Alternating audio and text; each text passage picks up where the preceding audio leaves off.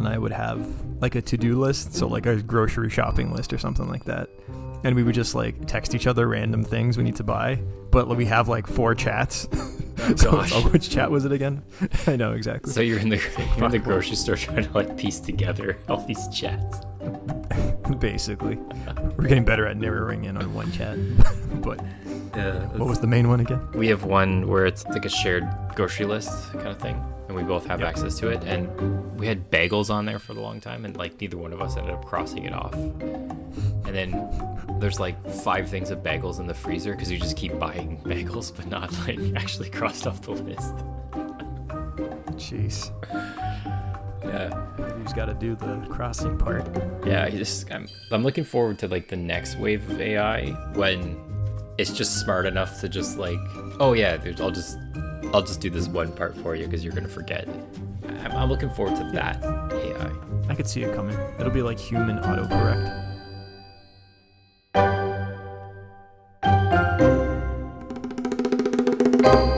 Greetings and fist bumps. This is the Raised Eyebrow Podcast, a show where we discuss how humans doing human stuff can make it weird to be associated with them sometimes. But somebody's got to do it. And we're your hosts. Kojo's not here today. He's taking care of mini Kojo. But today, your hosts are Mike and Alex. In this week's episode, we ask the tough questions. How come our bodies don't come with a user's manual? Everything else comes with a user's manual these days, from flashlights to scissors. But when it comes to our brains and bodies, no dice. So in lieu of a user's manual and any academic credibility, we're going to discuss this very concept. So we're not professionals. We're not doctors. No. Yeah. I think we have an English degree, a journalism degree between us. So advertising, marketing. Everything will be spelled correctly and the grammar will be on point. But the facts are not ours. Yes. Also, it's a podcast. Yeah. So we got to talk. And Kojo's not here. We miss him already.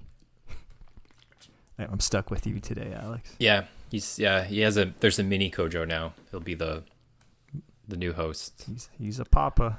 Yep. He's a papa, which means no sleep for Kojo. Yeah. For a while. But he'll be back.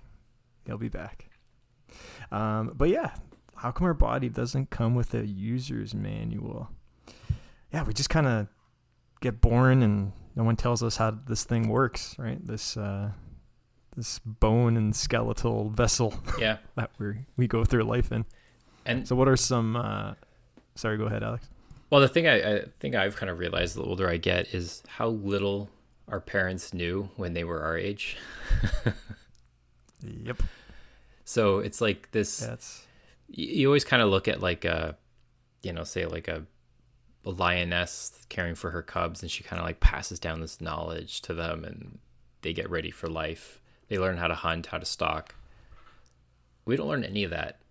Like we kind of do, but like it's just we have to go to school for like 20 years of our life just to be like competent in society. And even then, most of us aren't even competent. Yeah, it's questionable. Yeah. Yeah, the only thing we get is like $100,000 in debt. Yeah.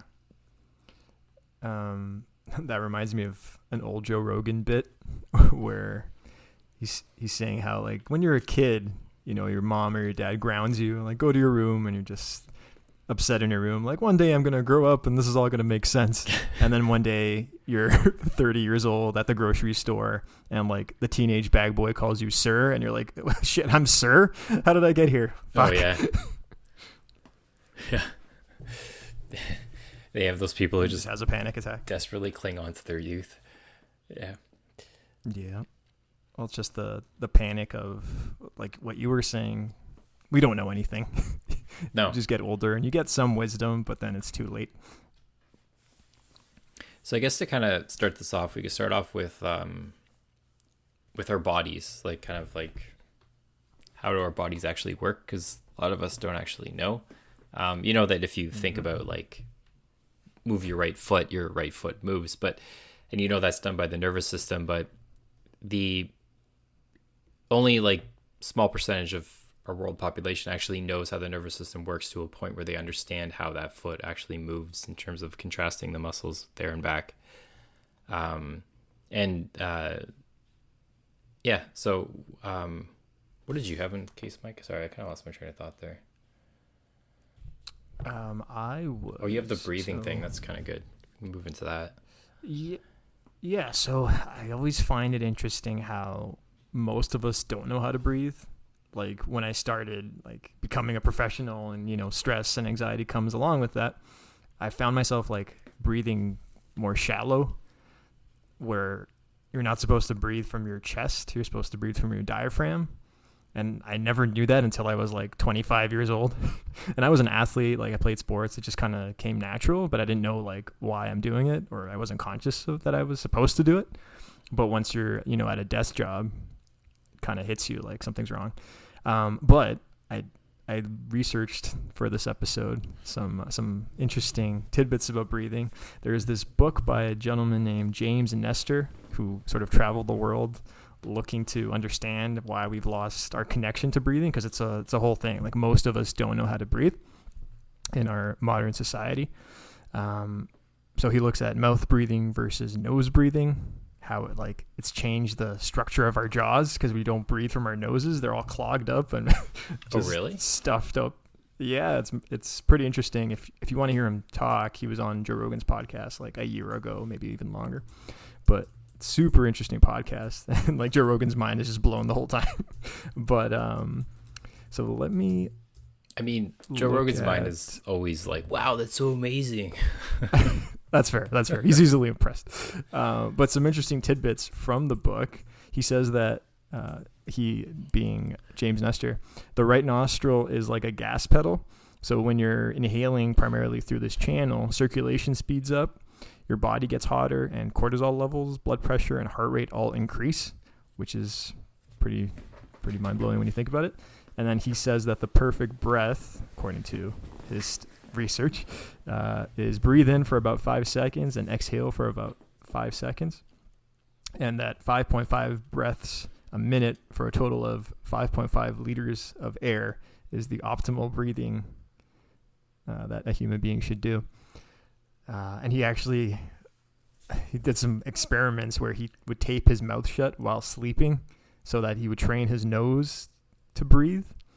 And he got like a bunch of dudes to do this with him, and there were interesting results, yada, yada, yada. But yeah, just really cool stuff that we don't think about. We don't know how to breathe. And like, I agree. Like I still find myself, I'm having a tough week and I'm just breathing shallow breaths. I'm like, oh, calm down, Mike. Just slow down the breaths, longer breaths.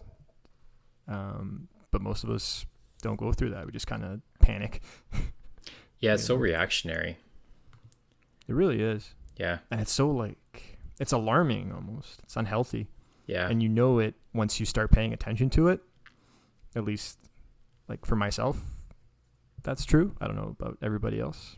Maybe it's subjective, but I think there's something to it based on what people who are smarter than me are saying.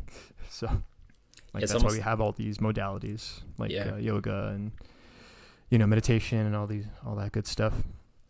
Yeah, it's almost like everything that you do, like breathing always kind of takes into consideration. Like if you do any kind of like any of those like kind of corporate training stuff, like if you're learning about like leadership skills or kind of how to manage conflict, manage people, it's always like breathing is always factored in. Like watch your breathing, listen to your breathing. If your breathing's heightened, you're going to be like more reactive. Whereas if your breathing's more calmer and conscious of your breathing, then you're going to be more like thoughtful about what you're doing. And even like in running or any kind of sport, like breathing is a huge thing too. Like runners, they focus probably more on their breathing than they do on their stride, because the breathing controls what you do, right? Yep. Yeah. Alex and I trained for a marathon a few years ago. Yeah. In our youth. Yeah. And that was a big one. Once we would find our rhythm, you sort of hit your stride, no pun intended. Yeah. With your training, with any run really. Whereas when you're all out of rhythm, I should say, your breathing probably is a big factor. Yeah, that was one thing that, like, that's a good segue to the other point I was going to make, was like, when we were training, I ended up hurting my my Achilles because I was a heel striker, so I would like land with my heel first, and it ended up hurting like that part of the fascia on my Achilles, and it took like a little while to heal. And when I was kind of researching how to do it, was a lot of what I was getting was like people don't really know how to run properly. They just kind of go and run, and you just strike the ground wherever you strike the ground, whether it's on your toes, your midfoot, or like your heel. And so I had to like take, it was about a month of like learning how to like run again. Like had to like actually consciously focus on every step and make sure that I landed at the ball of my heel or the ball of my foot, and then kind of like go from there. Cause that's the arch in your foot is like a spring, and it kind of pushes you forward and catapults you forward, but it also absorbs a lot of the impact. Whereas if you're heel striking, that impact goes right up your leg to your knee. And that actually can cause knee problems. Yeah. And lower back problems too. Yeah. So, it's just kind of interesting how like something that arguably the humans are probably the best at, which is long distance running on the planet, we don't even know how to, as far as animals are concerned. As far as animals are concerned. Yeah, that's funny. I remember you got me into, long distance running, and you would critique me saying like my form is weird, like I'm very bouncy. Yeah. And I remember thinking like I am pretty bouncy, and the reason is I grew up playing more explosive sports, so like basketball and soccer, where it's a lot of like explosive movements, whereas the long distance thing it was really out of my comfort zone. So you kind of helped me zone in on that and correct like how do I actually run, like my stride, my gait, and all that. And then speaking of our topic of we don't know how our bodies work, like people have different what do you call it, like stride styles. Yeah. So like they're supinated versus I forget the other one, but basically like your Pronated. Ankle or your foot pronated, that's the one. Like your knees go inverted or like outward, and so you need the right shoes because that can help you with like the cushioning of your stride, and it gets really technical, and like most people have no idea. When I started getting serious about running, I sort of nerded out into this world. It's been a few years now, but I made sure I had the right shoes, prevent injuries, and then obviously learn how to stride properly, stop bouncing up and down. It's not a basketball game. There's no rebounds. So yeah, we just don't know a lot of things. No. We've been running since we've evolved. Yeah, since we came down from the trees. Yep. Yeah. Gotta get away from the tigers. Yeah. And that's kind of like one of the main themes, I guess, about this whole thing. When you kind of like learn proper breathing techniques, Wim Hof is another one. His whole methodology. Oh, yeah. Climbs mountains, snow-covered mountains, wearing nothing but pair of shorts. No t-shirt, no socks, no shoes, just shorts. Just in his underwear. Yeah. And it all comes down to his breathing techniques, and swims in like ice cold water. And it's just kind of a matter of like when you access those parts of your body and you kind of learn and train yourself on how to like use them properly, like they kind of become like these more evolved tools that you had all along, but now you just kind of learned how to use them more properly. And it gives you like a certain kind of advantage to doing things, or a way to kind of recover better, recover faster, kind of manage life more appropriately, or more kind of go through life better, basically, I guess you could say. Whatever it is that you're doing, running, just managing stress. Yeah, managing colleagues, which is sometimes half of people's jobs. Yes. Commuting. Yeah, commuting, yeah. Oh, That's God. a big one. Yeah. Or like road rage. No one's breathing when they're going through road rage. It's just red. I remember I was going somewhere in Toronto, and because their traffic is so bad, I looked at my options, and I could drive there, I could take a train there, public transit, I could take my bike, or I could run. Those are my four options. I didn't want to lock my bike up because I didn't want to get it stolen. So there's like, I could either drive, take public transit, or run.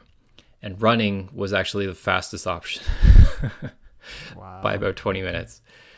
Faster than cars, yeah. because the traffic is just that bad. It's just faster to run.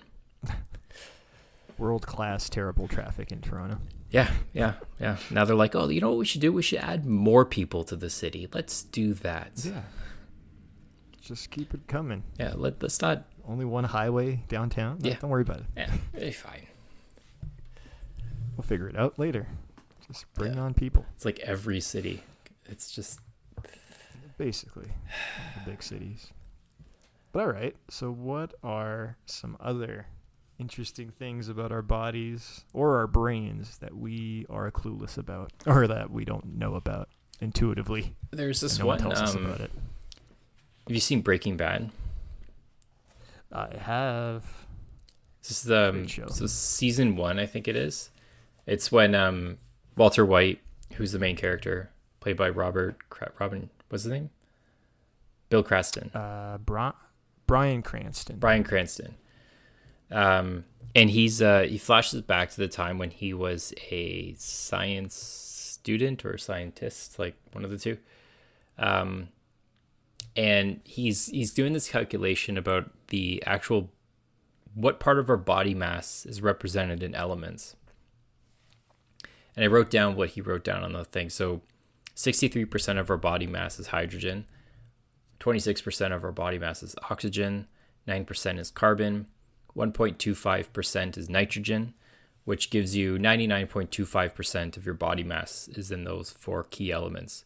And then you have trace elements like calcium is 0.25, iron is 0.00004, sodium is 0.04, phosphorus is 0.19. That gives you a total of 99.888 and then a bunch of decimal points. So that means that there's 0.111958% of your body that's just unaccounted for. That's crazy. Yeah. So what is when it? You were mentioning all the sorry, go ahead. Like, what is it? Yeah, it's kind of interesting thought. Well, when you were mentioning all the elements, I was thinking of an old Carl Sagan quote, which I wrote down for this episode. So he says, we are made of star stuff. Yeah. Neil deGrasse Tyson uses it all the time. Yeah.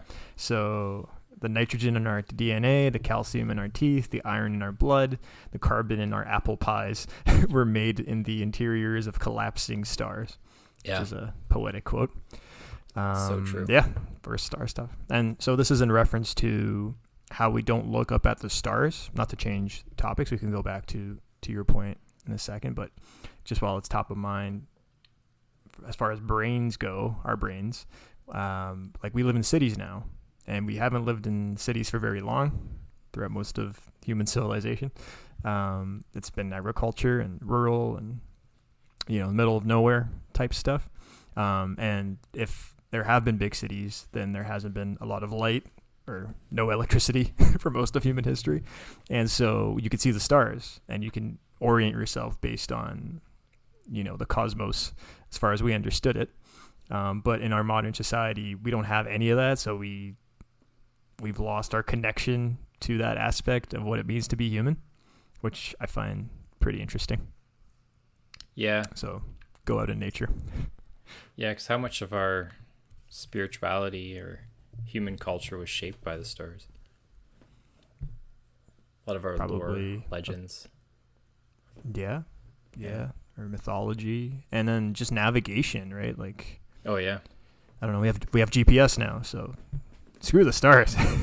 Google's got us. Yeah. Come on, Waze. Tell me where to go. What's the traffic like? Should I run? Yeah, until your battery dies. Yeah.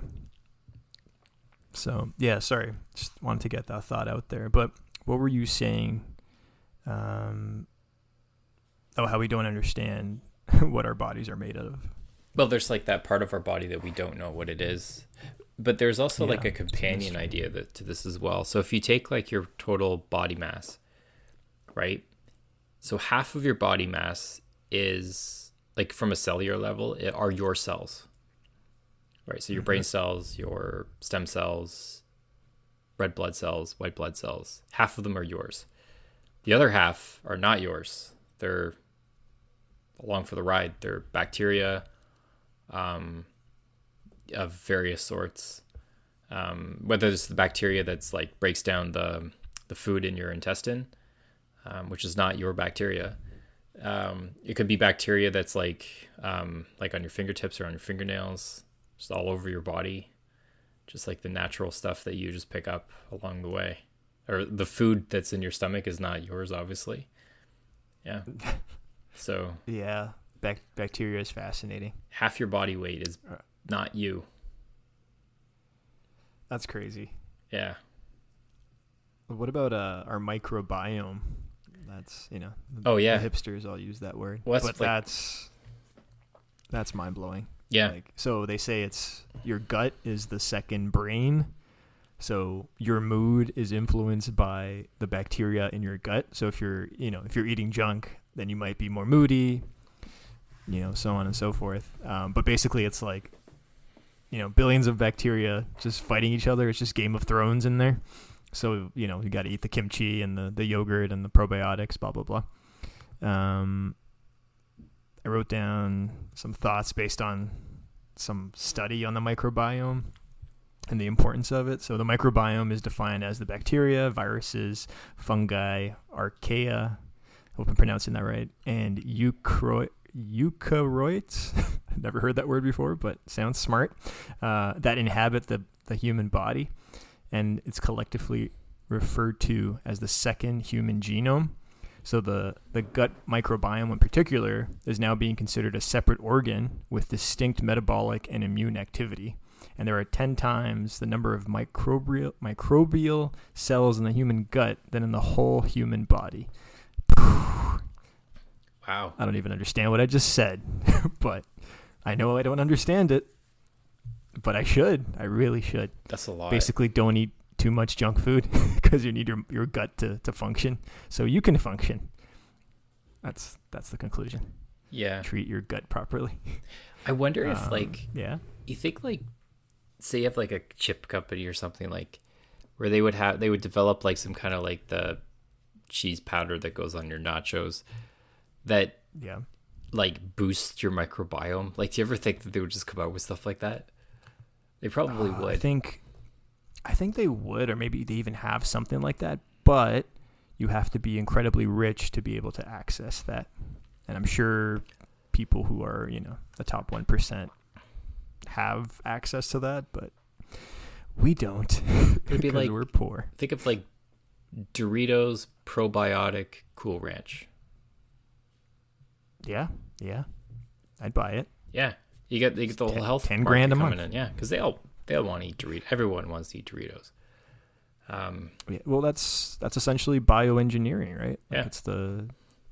I think once you make it, obviously, like any product, it starts off incredibly expensive, and only the richest of the rich can afford it. But once it becomes, fit for mass public consumption, then eventually it becomes affordable for everybody else. Yeah. But I don't know what the timeline is for that one. Like those Apple sunglasses that are $3,500. Yeah, exactly. Yeah. Just wait 2 years, it'll be $100. Just don't be first in market. Yeah, just wait. First to market. Yeah. So, yeah, microbiomes, stars are important. Breathing, gotta breathe. We don't know how to run. Some cool facts there. What else? Diets. We don't actually know which diet is the best for us. Like, everyone will tell you, and we've had talks like this on previous episodes of our podcast. Yeah. Where it's like, try the vegan diet, try the keto, try the paleo, try the whatever. But really, every person probably functions better on a specific diet, but they don't know which one that is until the trial and error comes in. And sometimes it's a mix of both. Yeah. But like the fad diets don't really work. You have to sort of develop a baseline lifestyle with your diet and then figure out what to cut out. But we don't know what that is until we try some things out. Yeah. Like Jordan Peterson, he had a lot of like metabolist issues with his metabolism, and Yeah, he his daughter too. Yeah, his daughter too. Yeah, and so he basically just reset his whole diet. He went down to like rice and broccoli, and Wow. he And, built like, it water. up like one thing at a time. Like he would add like plain chicken, see what happens. Okay, plain chicken plus pepper, see what happens. Just add one thing in at a time. And then if he felt ill, then he would like, okay, not going to do that anymore. Then he just remove it from the list, add another thing back in. And then gradually rebuild your diet. Then eventually you kind of know what works for you, what doesn't work for you. But I was reading this one thing where I can't remember where it was, but it's based upon your like genetic background. So certain people in certain parts of the world have kind of developed like this is all about dairy. So when they this is from Johnny Harris. He did a whole thing on dairy and milk industry and stuff like that. There's a video on that. This is where this is from. So he was saying that people, based upon like where your ancestors kind of evolved from and what their how they kind of digested dairy, because dairy was not like cow's milk essentially is not something that we're supposed to be really eating or consuming after really the age of 6, because at that point your body doesn't need it anymore. And in some countries, like a lot of East Asian countries like China, you won't see dairy anywhere unless you're nursing a child. But if you go to Europe, for example, it's everywhere. Like Italy, France, England, like dairy is a huge part of their diet, especially like French with their cheese, Italians with their cheese, like mozzarella, a lot of pastas, and pizza. Their dairy is different from the North American dairy too. Like I Yeah. think from what I understand, it's easier to digest for whatever reason, whereas our dairy is kind of like super processed. Yeah. Yeah. But don't quote me on that. All I know is I've been to Italy and I didn't feel gross after like overeating a bunch of dairy. Whereas if I overeat dairy in Canada, I don't feel great. Yeah. And like I'll break out with, acne and all the gross stuff. But yeah, I've just kind of minimized my dairy intake because of what you're talking about. Yeah, and it could be like your ancestral background, right? Like Yep. like mine's The all in. Ashkenazi, What's yours? British Isles. Which one's Got yours? the Ashkenazi Jewish background. Yeah, and You mine. got the British Isles, as far as I know you. Yeah, pretty much it's all there. So at least for the last 600 years, as far as I can go back. But yeah, I mean, and a lot of bangers and mash, probably shepherd's pie, meat pie, chicken pie, Irish potatoes. Irish potatoes, Irish breakfast, Guinness. Yeah. So It's good, like 300 years of that. yeah, good couple centuries of potatoes. Oh yeah. But dairy, not so much. No. Although, I feel like dairy's pretty adapted in all of Europe, maybe to a lesser extent than like Italy or France, obviously, but I think it depends on the dairy too. it's had a good run. Yeah, That's true. That's like, true. cheese and yogurt is very cultured, right? But then Yeah, like things like milk, cream, it's not. It's more like the actual raw milk. So you're consuming kind of almost two different things, like because with cheese you have the bacteria cultures, right? Which kind of that's what makes the cheese really. Yeah. That's where the flavor. What about comes Cheese from. Whiz? What's in Cheese Whiz? Is that really Whiz? cheese? Ugh. Yeah, it's a special What an ingredient. They add whiz unappetizing- to it. What an unappetizing name. Also, disclaimer: don't sue us, Cheese Whiz, or whoever owns Cheese Whiz. Kraft. Hopefully, they're not It's listening Kraft, to this podcast. Yeah, there you go. Kraft. Don't sue us, Kraft. They These are do just have our a- personal opinions. Yeah, they do have an extensive legal team. Yeah, they do. Yeah. They'll probably find us. Yeah, But maybe we'll balance it out and be yeah. like, Kraft dinner is good Yeah. for you. Yeah. It's good for a student budget. It's perfect for a student budget. There you go.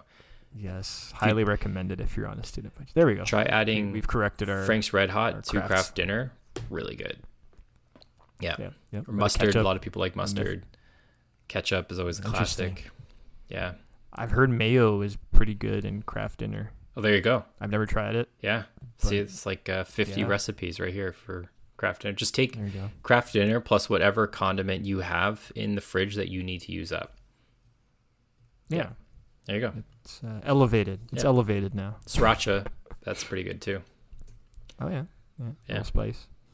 There you Yeah. go. We balanced it out. Our- Yeah. We balanced out our craft slander with some compliments. Maybe that's what people should do. Is that whenever they slander something, they should just balance it out with like an equally comment. You're terribly out of shape, but you are a great eater. The Toronto Maple Leafs are just horrible, but you know, Austin Matthews is a good player. Yeah. There you go. Just Love the balance it out. jerseys. So just a couple things on the brain, which is an organ. It's a pretty special one. We largely don't know where our memories are stored and kind of know where our dreams come from. So this is a quote from the National Institute of Health talking about where do dreams come from. It says, quote, deep inside the temporal lobe of the brain, the hippocampus has a central role in our ability to remember, imagine, and dream. Our most vivid dreams are a remarkable replication of reality, combining disparate objects, actions, and perceptions into a richly detailed hallucinatory experience. So it's kind of like the hippocampus part of your brain that's kind of really just kind of recreating probably recent experiences that you've had, and just kind of, it's like you're mentally kind of digesting what happened recently to you. Yep. And that's largely what brain or what dreams are, and they know that because they're able to kind of track it through an MRI. Same thing with where memories are stored. Like you show somebody a picture of like their grandmother, and then like certain parts of their mind would start to fire because your brain is like really just electrical neurons. You just have electricity flying around everywhere. That's the thing that always fascinated me. It's like, are your cells sharing those memories like in your brain amongst each other? It's a good question. So is there like a passive knowledge, and is that maybe why memory fades over time? Or is it that your memories are stored in a different way? Because like it's really when two neurons fire between each other, it's like an electrical signal that passes between them. That's what kind of creates the memory. Yeah.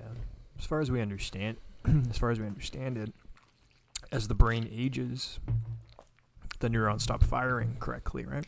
Yeah. Yeah, and there's for Alzheimer's, there's like a certain condition that affects like how the neurons fire, so they kind of start to like break down and they can't fire as well. So that's why people with Alzheimer's, they kind of, it seems like if you know somebody who is very horrible condition to watch somebody go through, I have no idea what it would be like for somebody to go through that. You just cannot for the life of you remember what your dog's name is one day. It's like, that must be it's rough. really, yeah. And because those neurons aren't firing, like you're looking at your dog and then you're like, I know you're my dog, but I have no idea what your name is. And it's because like those neurons just don't fire anymore. It's crazy. Yeah, Alzheimer's is awful. Yeah. But memories, to get less dark, are, we don't understand the brain, first of all, but memories are such a mystery, right? Or like neurologists, neuroscientists are at like the crawling stages of understanding the brain, and like we just don't know. For instance, when you remember something from your past, I guess that's how memory works. But when you remember something, you don't actually remember the event. You're more likely to remember telling the story of the event or remembering the last time you remembered the event, which is kind of trippy to think about. Oh. Do you understand what I'm saying? So let's say, we ran a marathon. I don't remember accurately running the marathon. I remember myself thinking about running the marathon, So it's a tricky thing to I guess rationalize, but it's the truth from what smart people say. Yeah. Or in like trials, like circumstantial evidence of like witnesses, like especially during trauma, apparently they're dismissing it as, it's still evidence, but it's not, evidence. Yeah, it doesn't have the same. We can't trust exactly. That's what I'm trying to say. Because we can't trust people's memories. Like there's examples where people have had memories planted in them, or like they've been brainwashed to believe something that didn't happen. I don't have examples off the top of my head, but there's some famous trials where that's happened. Or and people they've gone back on camera. Or people have like different personalities, and they're like one personality would have memories of whatever that personality was, but then there's just like two people in that brain. And that always fascinates me, like how like the brain just kind of has like two completely different like storage drives, basically. Yeah, basically. Yeah. The brain's crazy. Dreams are weird, but that's what you led this part of the podcast with, where it's just like your brain processing what happened in your regular consciousness while you're sleeping. Kind of like kids, they go through, what is it called, a growth? I forget the technical term, but like, they've had a stimulating day and they can't sleep at night because their brain's just freaking out. Oh yeah. Yeah. I forget the term for that. Clearly we're not parents. Kojo can tell us next time. but yeah, it's always cool seeing kids, like the way their brains are just firing like crazy. We're adults, so it happens less often with us. But if you go on a trip or something, on a vacation, or you go through something eventful in your life, and you have, like, for me personally, I always have weird dreams when I'm outside of my normal routine, and I wake up like, what the hell was that? And just go about what I have to do, which is outside of my normal routine. But the dreams are always very weird for me. I don't know if you can relate to that. Yeah, I only have weird dreams if I drink. There's probably an explanation for that. We can explain it scientifically. Actually, I looked it up. It's because for some reason, when you do drink, the effect that alcohol has on the brain, which it dehydrates the brain. So when you are in a state of dehydration, your brain is more likely to hallucinate. That makes sense. And that's why you dream when you are sleeping, when you drink, because your brain is hallucinating. So it just further encourages that hallucination in the mind. Jeez. Yeah. The more you know. Yeah. The more you know. Apparently when you smoke too much weed, it blocks your ability to dream, which is bad. Really? We need to dream. Yeah, I learned this a while ago. So don't smoke too much weed, I guess, because you need to dream. Yeah, that's interesting. I thought it would be the opposite. Let me do a quick. Well, yeah, like, I guess because when you're high, it's almost like you're in a dream state, depending on how high you are. But so you're not actually getting quality sleep while you're high, or if you smoke beforehand, you're just like super mellowed out, but your brain isn't in the REM sleep phase that it should be in while you're sleeping. It's just kind of high. So maybe it's just like shuts down the brain. Maybe, yeah. Let me do a quick Google search here. So, weed and dreams. I don't know if I'll find something quickly, but maybe it's something for future podcasts. So cannabis use is reported to affect dreaming frequency. THC, one of the main psychoactive components of cannabis, has been shown to suppress REM sleep and affect sleep latency, although these findings are not consistently replicated. So it's not conclusive yet. Something to dive into for our audience. Cool. Weed and dreams. Yeah. The more you know again. Yeah. So that's kind of like our introduction on just kind of like all the ways that how we don't know how to use our body, but are kind of trying to find ways to figure out how to use them. And one of the ways that we're trying to figure out how to use them is we're gonna have an interview with somebody who works on the human body, and she's gonna kind of break down more about how the body works more from a muscular level or from a fascia level in terms of like how you actually move and how you can kind of move better, because a lot of what we do, we don't really know how to move properly. And it's a good link to a lot of health issues that people face in terms of like knee problems, joint problems, muscle problems, bad posture, Mobility, yeah, because if you can't move, life is kind of boring. especially as you get older. You only can watch Netflix for so long. Yeah. It's pretty long. Yeah. Longer than you think. Yeah. I've actually found a lot of Netflix stuff is not. There's just I've been going elsewhere for stuff. Yeah. That's fair. Now that other streaming programs have kind of entered into the fray, they've I feel like that we have luxury of choice now. But now we also have like too many things to buy. That's true. But just to counterbalance the Netflix slander, there are still good shows on Netflix. You just got to find them. That's all. You just got to find them. Yeah, Stranger Things was good. That was a good show. Recommend Stranger Things. Yeah. There you go. There's lots. There's lots of them. It's called you could do your own research. Criticism Compliment. Yeah. Yeah. We got to work on that. We'll work on that. Yeah, we'll work on that. We'll flesh something out. I don't have a final thought, to be honest with you. Just all right. Life is mysterious. Life is mysterious. Nothing. That's my thought. Yeah. That's my thought. Mine is a little bit more philosophical in a way. So when I look at art and read the great texts, I realize that no one has this whole life thing figured out. Animals have this wonderful thing called instinct. They just know. But as humans, well, if we knew, then life hacks wouldn't be this trending topic on YouTube all the time. And thinking about it further, what triggered this idea for this very podcast was that perhaps the very reason why we don't have a user's manual is actually the point to life. So whether you're religious, you believe in the singularity, or you think we're just worm food, life is more about figuring it out than it is living it. Said. Well said. Okay. On that note, follow us on the social medias. Kojo, we miss you. We'll have you back soon. Yeah. And remember, kids, sweat is just your fat crying.